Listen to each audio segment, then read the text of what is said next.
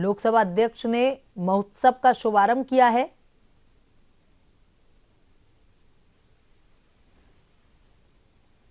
और लोकसभा स्पीकर ओम बिरला वहां पर पहुंचे हैं। कार्यक्रम का शुभारंभ स्पीकर के द्वारा किया गया।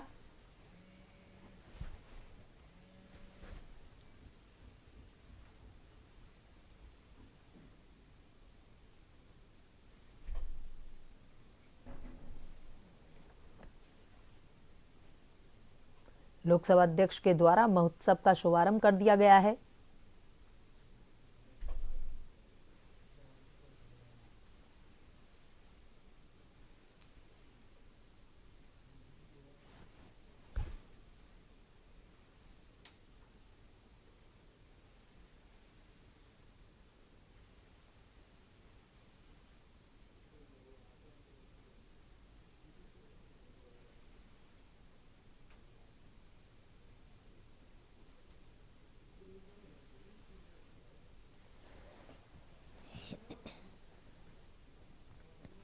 लोकसभा स्पीकर के द्वारा कोटा महोत्सव का शुभारंभ किया गया। शाम को चंबल आरती दीपदान का आयोजन हुआ था।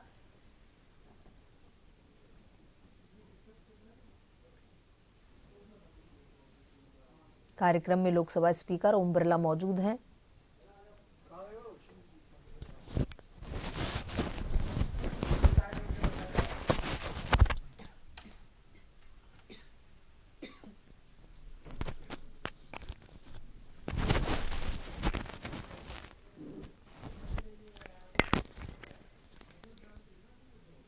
हाड़ौती के नाम से ख्यात है और हाड़ौती के अंदर एक अद्भुत विरासत है, अद्भुत कला है, संस्कृति है। हमारे कलाकार भी अद्भुत हैं। इन महोत्सवों से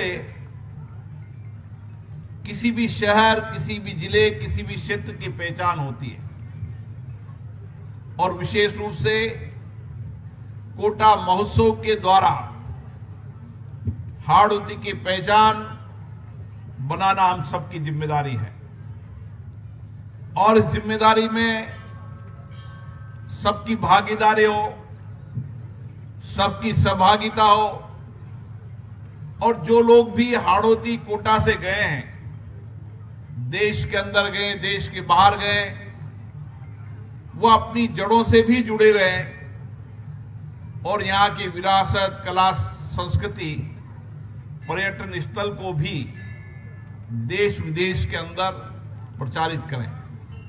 मुझे खुशी है कि आज ये कार्यक्रम नए स्वरूप से उभर कर आया है।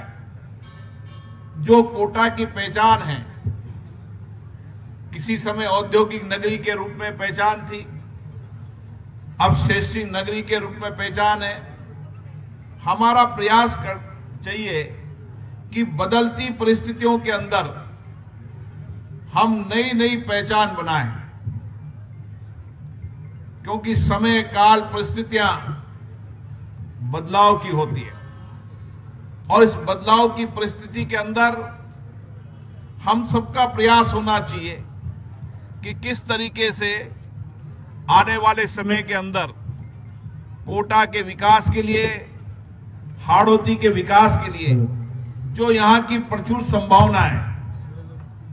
कोटा एक ऐसा शहर है जो रोड कनेक्टिविटी के अंदर देश के अधिकतम हिस्सों से जुड़ा हुआ है। रेल कनेक्टिविटी के अंदर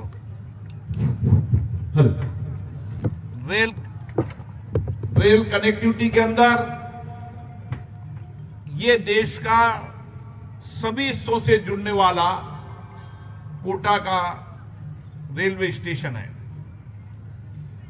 हमारे यहां पर बिजली है, पानी है, पर्याप्त संसाधन है।